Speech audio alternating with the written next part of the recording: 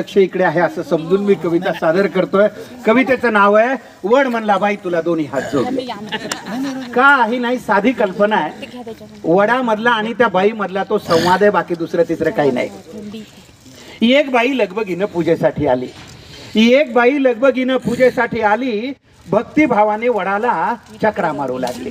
भक्तिभावाने वडाला चक्रा मारू लागली. वड देवा पूजा पदरात घे. वड देवा पूजा पदरात घे. जन्मोजन्मी पुन्हा मला हाच पती दे. जन्मोजन्मी पुन्हा मला हाच पती दे. आश्चर्याने वडाने विचारलं, हाच पती पाहिजे? आश्चर्याने वडाने विचारलं, हाच पती पाहिजे? काही म्हण बाई तुला खरंच मानलं पाहिजे. काही म्हण बाई तुला खरंच मानलं पाहिजे. त्याच्यावरती बाई काय म्हणाली, काय करणार वड दादा, खूप विचार केला. काय करणार वड दादा, खूप विचार केला. हाच नवरा राहू दे म्हणून आतून आवाज आला. हाच नवरा राहू दे म्हणून आतून आवाज आला. त्याच्यावर तो वड म्हणायला, एवढे दुर्गुण असून सुद्धा याचीच निवड केली. एवढे दुर्गुण असून सुद्धा याचीच निवड केली. म्हणून माय मला तुझी फारच दया आली. म्हणून माय मला तुझी फारच दया आली. त्याच्यावरती बाई काय म्हणली, त्याच्यावरती बाई म्हणते, वड देवा तसं काहीच नाही.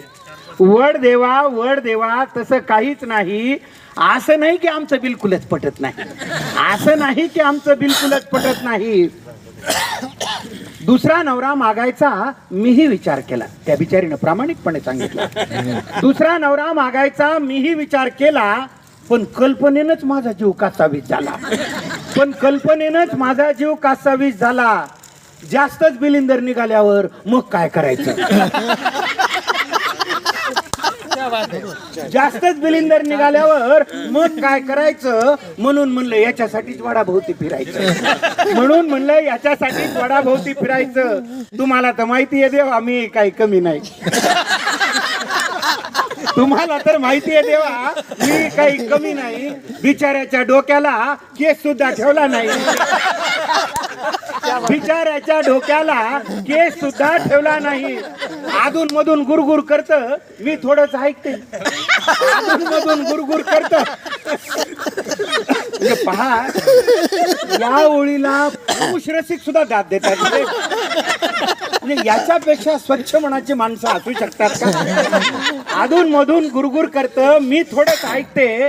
एका कानानं ऐकून दुसऱ्यानं सोडून देते. एका कानानं ऐकून दुसऱ्यानं सोडून देते. माझी आई मला म्हणली, नवरा बदलायचा नाही. पहा, म्हणजे तो आतून आलेला आवाज कुठून आलेला होता.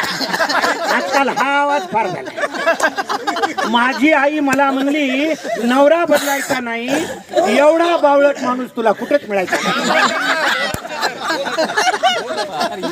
माझी आई मला म्हणली, एवढा बदलायचा नाही, नवरा बदलायचा नाही.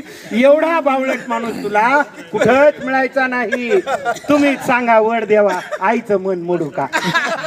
तुम्हीच सांगा वड देवा, आईचं मन मोडू का? नशिबाने मिळालेलं चांगलं माणूस सोडू का?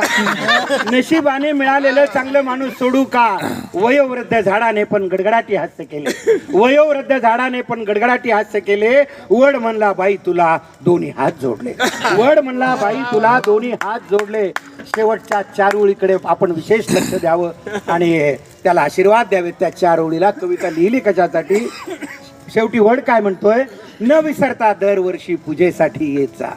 न विसरता दरवर्षी पूजेसाठी येत जा. झाडांसाठी आयुष्यातला थोडा वेळ देत जा. झाडांसाठी आयुष्यातला थोडा वेळ देत जा. धन्यवाद.